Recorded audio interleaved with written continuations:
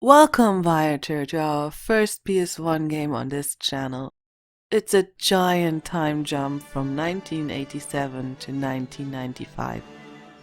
We will travel into the world of Ark the Lad, a game that got released 2 years after the PlayStation saw the light of day. The game stayed for quite some time in its country of origins before it got released for the American market in form of a collection.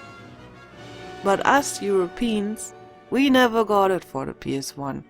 We had to wait for this port to come to the PlayStation 3. The PS1 era was the time I remember games got really expensive looking introduction CGI trailers. And even though this is an early title of the generation, it still is no exception to this trend.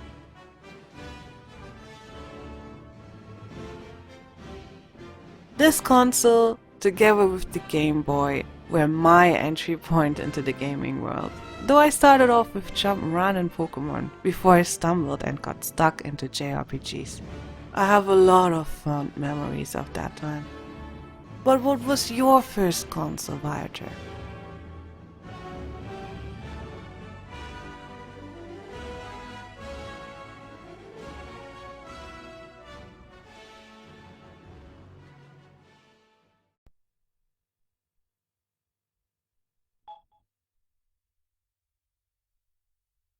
Starting the game, we are greeted with this dense atmosphere.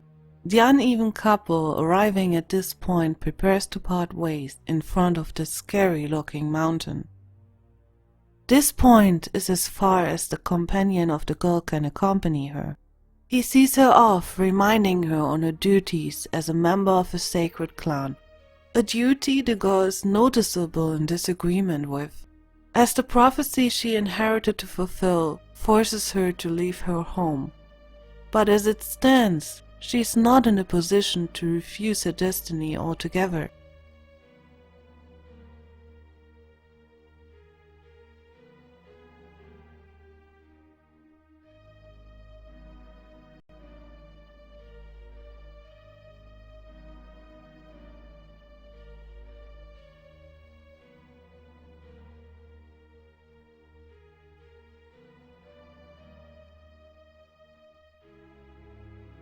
A flame lit 3,000 years in the past awaits her. Why it became of such great importance to her clan is unknown for her. So why would she need to accept her duty to marry to a prince of a neighboring Palencia castle, just because her divine lineage dictates so? All she wants is the freedom to make her own path, and all that's in her way is this stupid flame. A symbol of the traditions of her clan, it has to go. Extinguishing it will free her and her clan, and one day they will be able to thank her for it. The death of the light is also the death of an ancient seal, and whatever was sealed away is now free again. And this laughter doesn't exactly sound remorseful.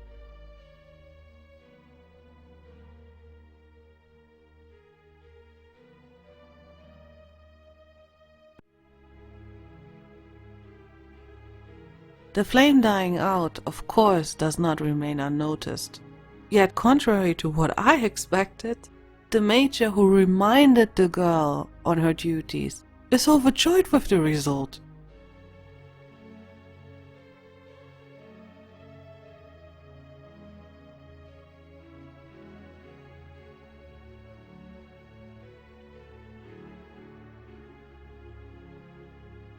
He warmly welcomes the girl back, even though it's plain to see what she did.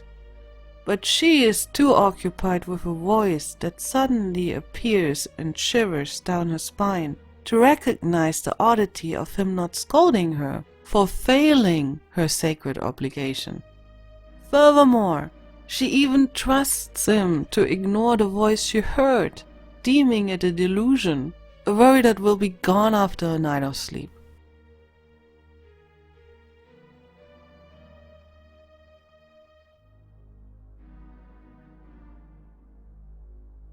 Seems things are going very well for this guy, huh?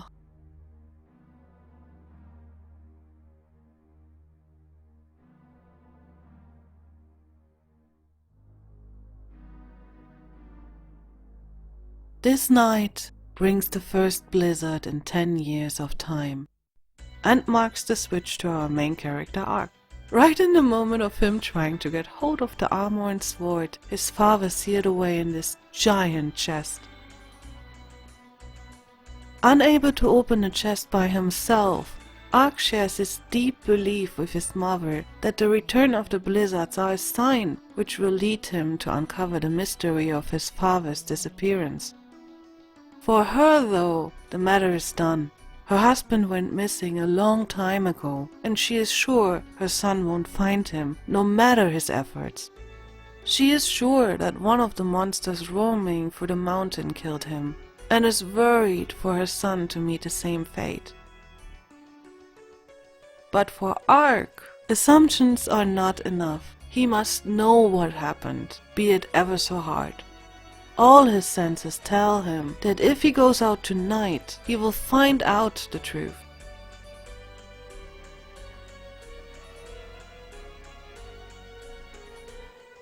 His conviction is too strong to argue with, or she feels that he will go either way, with or without armor. It's nice that her disapproval is so clear to see, just by walking away without saying one word.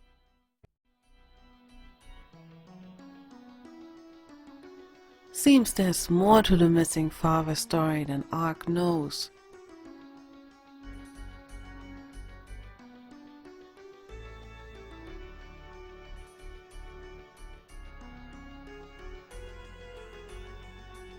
"10 years ago, with the last blizzard, Ark's father went out to the mountain to sacrifice himself for the future of humanity, however this came to be.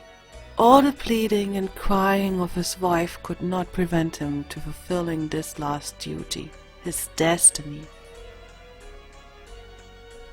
And there's more. Before he headed off, he forecasts the break of the seal of the mountain in 10 years. And with it, Ark's departure soon after. Even worse for her, he also assures her that regardless of all her wishes and cries, all she can do is raise their son to be prepared best she can. It's heavy to see a loving family member depart like this.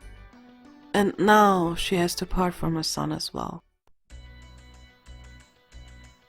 Now it's our turn. Ark gets under our control. Let's make sure he does not die. First, we gotta equip the armor his father prepared for us. And then we will say goodbye to our dear mother, who even got some items for us. Judging on her love and care, she probably collected these over many years. Let's bring them to good use.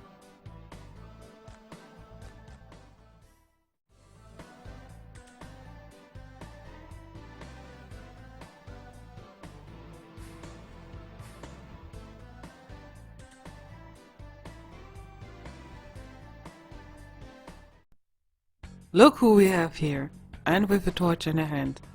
Seems the girl concluded that she is the reason behind the recent blizzard, and ventured out to repair the damage she caused. Right in time to run into Ark. For some reason, the girl, introducing herself as Kukuru, supposed protector of the shrine, confesses all her wrongdoings straight away to our main character, who she meets for the first time.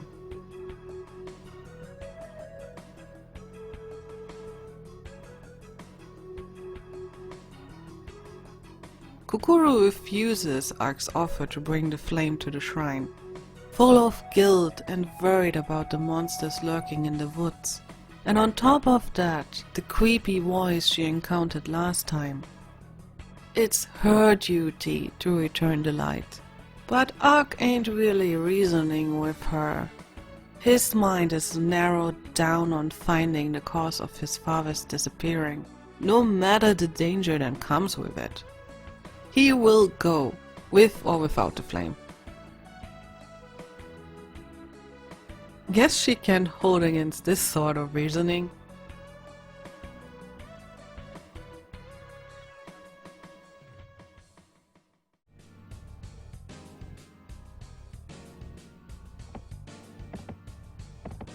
On the way to the top, Ark stops because he noticed something strange.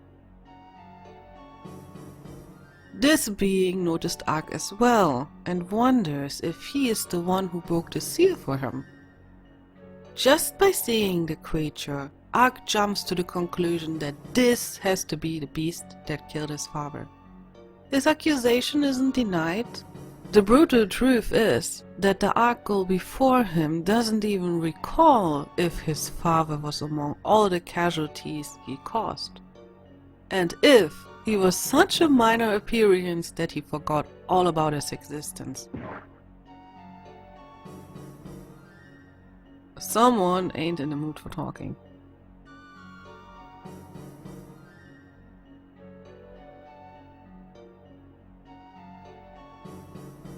But the main hero of our narration cannot fall just within the first hour of our game. Ark agrees on this too.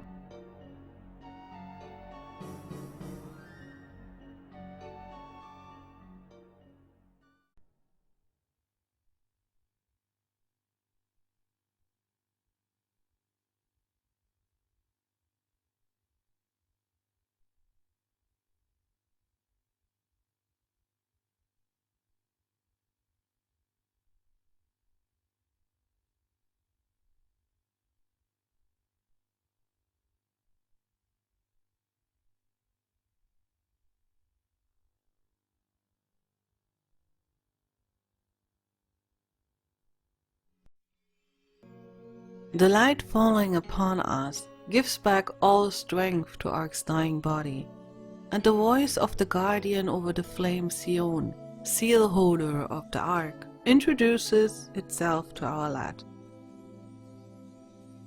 It wants Ark to climb to the top and rekindle the sacred flame. With this, the ghoul he just met will vanish once more.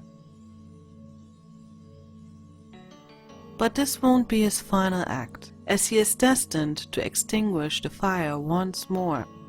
All of Ark's confusion over this contradictional orders are answered with its destiny. All of humankind depends on his success in these missions, and him using the power of an ominous Ark to save his kind from an abyss of darkness. All this was decided long ago, as 10 years in the past, Ark's father Joshua made a pact with the Guardian, and as he delivered on his end by leading Ark up here, the Guardian will stand on his word and aid our lad with the power to defeat all kind of monsters.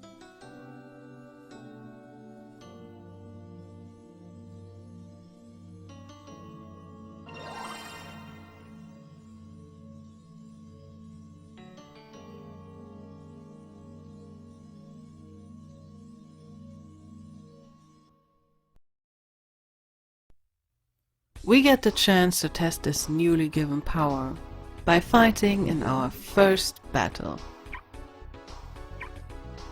We get to equip the Kaiser glove we got from Mom that allows us to throw stuff. So, we have this area in which we can move freely. Let's see what else we got.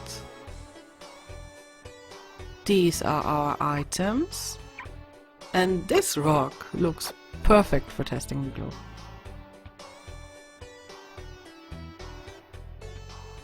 Look!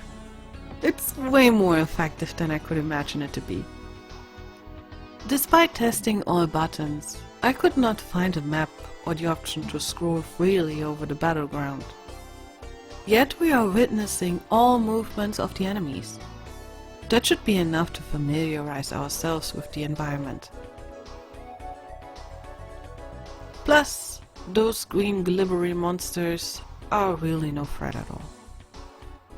Yet, the level is probably anyways more for experimenting and learning how to play than to feel and fear a real danger. By the way, killing these creatures rewards us with some nice healing items. Wonder what's in the chest up there? Me too.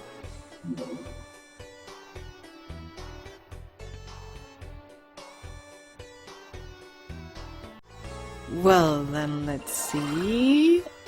And... Apparently opening a chest is worth XP. And we got a level up.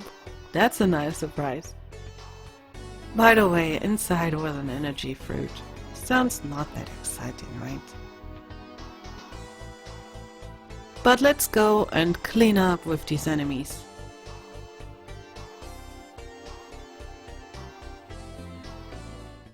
While Ark is busy fighting green jelly, the Ark Ghoul scares the sacred girl Kokoro to death by asking her as well if she is the one who freed him from his 3,000 years prison. The irony of the situation, having a member of the clan who cast him away free him eventually, amuses the demon noticeable. And he is actually very thankful to her. Still, to completely break free, he needs to kill the girl. Just before he can put his words into action, Ark reaches the top and rekindles the flame Sion.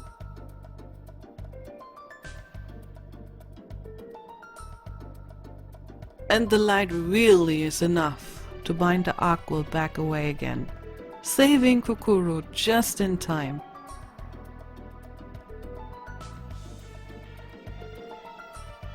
This marks a nice point for us to round up our first travel into this game's world. For the moment, order should be restored.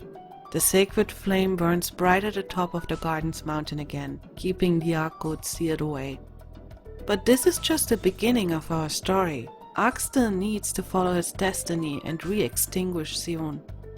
Why and what was meant by humanity being on the edge of extinction, we don't know yet. I wonder how things will develop from here on out. Let's find out together in the next part. Until then, bye!